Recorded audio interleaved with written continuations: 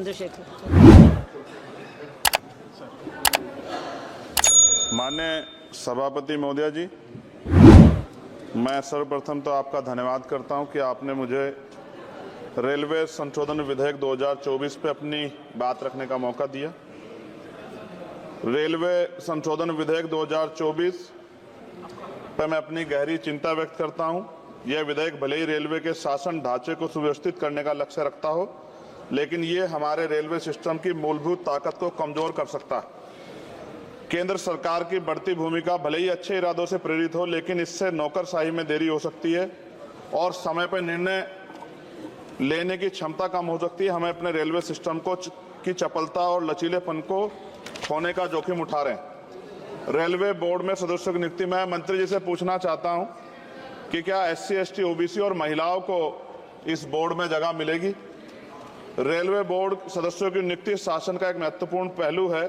यह आवश्यक है कि नियुक्तियां योग्यता और विशेषज्ञता के आधार पर हो, न कि राजनीतिक विचारधाराओं के आधार पर। इस मोर्चे पर कोई भी समझौता निर्णय लेने की गुणवत्ता और भारतीय रेलवे के समग्र प्रदर्शन में गिरावट का कारण बन सकता है। जनता की जरूरतें सर्वोपरि है, इसलिए हमारे लिए आम आदमी की जरूरतें सर्वोपरि हैं। रेलवे सुलभ, किफायती और विश्वसनीय होना चाहिए।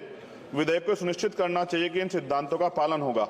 हालांकि विधेयक का उद्देश्य अच्छा हो सकता है, लेकिन इससे संभावित परिणाम दूरगामी है। हमें सावधानीपूर्वक आगे बढ़ना चाहिए और सुनिश्चित करना चाहिए कि सुधार रेलवे के मूल तत्वों को कमजोर न करें। साथ साथ सभापति महोदया, जिस लोकसभा क्षेत्र से मैं आता हूं, नगीना, वो बहुत पिछड़ा हुआ क्षेत्र है। वहां के युवा, किसान, महिलाएं, मजदूर जीवन यापन करने के लिए कठिनाइयों का सामना करना पड़ता है उनको। इसलिए मैं माननीय मंत्री जी से मांग करूंगा कि नजीबाबाद से मुंबई और जम्मू के लिए ट्रेन चलाई जाए। साथ साथ नजीबाबाद स्टेशन गढ़वाल का प्रवेश द्वार है।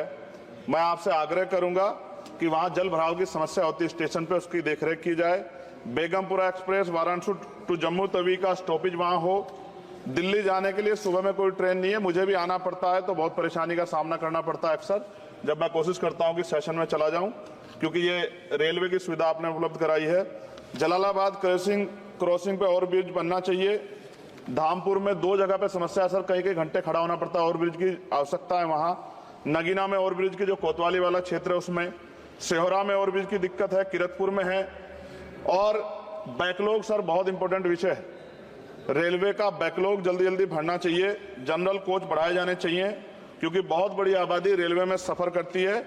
बहुत लोगों की जान दुर्घटना में जा रही है। हमने कई एक्सीडेंट जो है देखे हैं, और एक कर्मचारी की जान के जिस तरह दब गई, ये भी एक बहुत बड़ी समस्या थी। जनता में गुस्सा पैदा हुआ, इसकी रोकथाम की जाए। गरीब यात्रा करने के लिए जाता है, अंतिम यात्रा ना हो जाए, इस बात का हमें ध्यान रखना पड़ेगा। साथ साथ इसका मुझे एक मुख्य कारण ये दिखाई देता है कि लोको पायलट को रात और दिन में ड्यूटी करनी पड़ती है। मैं खत्म कर रहा हूं। रात की ड्यूटी कठिन है, उसके बाद पर्याप्त आराम चाहिए। इस संबंध में HPC का सुझाव भी था कि लोको पायलट के लिए 2 रात्रि बाद ड्यूटी का आदेश हो, तो ये इस पे अमल नहीं किया गया, जिसके कारण उनकी आंख लग जाती है और कई बार दुर्घटना होती है। हजारों लोगों की जिंदगी से खिलवाड़ नहीं होना चाहिए। कोरोना काल में बंद गई ट्रेन पुनः चालू की जाए, और SC, ST, OBC के बच्चों को जो पहले पास मिलते थे, जब कई कंपटीशन की तैयारी के लिए वो पेपर देने जाते थे, मिलते तो बंद कर दिए। सरकार कहती है हम दलित पिछड़ों के हितैषी हैं, लेकिन जब सरकार उनके बच्चों के आगे तरक्की के रास्ते बंद कर दी तो कैसे चलेगा? और जिस तरह लगातार निजीकरण हो रहा है, इस निजीकरण से सरकारी नौकरी खत्म हो जाएगी रेलवे में, तो ये दलित पिछड़ों के बच्चे कहां जाके बैठे, कौन सी कुर्सी बैठे? आज भी देश में सामाजिक गैर बराबरी है। तो मैं इसलिए मंत्री से मांग करता हूं कि आपने नजीबाबाद में वंदे भारत का स्टॉपेज दिया, इसके लिए मैं आपका धन्यवाद करता हूं। लेकिन ये भी, इसके अलावा हमने कई मांग उठाई थी, लेकिन उन पर कोई कार्रवाई नहीं हुई। तो मंत्री जी, पार्टी से अलग हटके आप सोचे कि उस क्षेत्र का भी तरक्की होनी चाहिए, ये भी आपके अधिकार क्षेत्र का मामला है। मैं दोबारा सभापति महोदय को धन्यवाद देता हूं और माननीय मंत्री से आग्रह करता हूं कि हमारी मांगों पर ध्यान दें और उस क्षेत्र में अवसर पैदा हो, इसका ख्याल रखें। बहुत बहुत धन्यवाद।